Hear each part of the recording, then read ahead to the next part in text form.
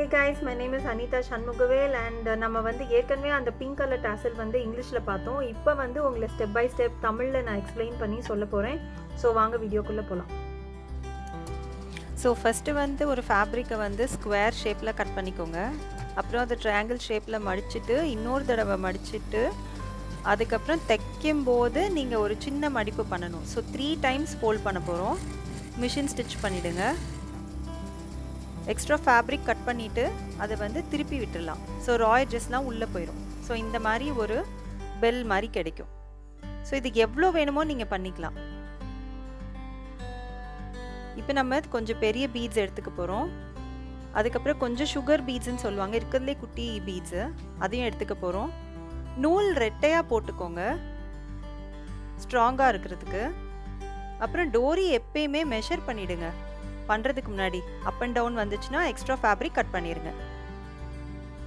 So இப்போ நம்ம என்ன பண்ண போகிறோம்னா ஒரு பெரிய பீடோட ஒரு கிளாத் சமோசா இல்லைன்னா பெல் அதை வந்து நம்ம அட்டாச் பண்ண போகிறோம். ஸோ கோர்த்துக்கோங்க. 1-2 தடவை நம்ம எக்ஸ்ட்ரா ஸ்டிச் பண்ணிக்கோங்க. அது பிரேக் ஆகாமல் இருக்கும். அண்ட் நாட் முடிச்சு போடுறது ரொம்ப இம்பார்ட்டண்ட்.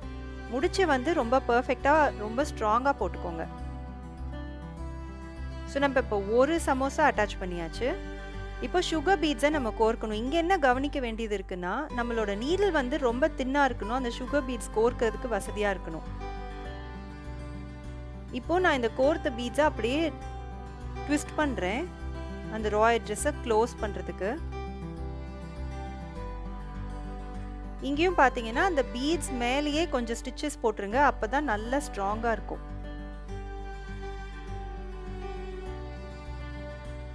ஸோ முடிச்சு போடுறது ஒரு பெரிய கலை. அதை கண்டிப்பாக கரெக்டாக பண்ணிங்கன்னா எந்த ப்ளவுஸில் என்ன நீங்கள் தைச்சாலும் வெளியிலேயே வராது ஸ்டிச்சஸ்.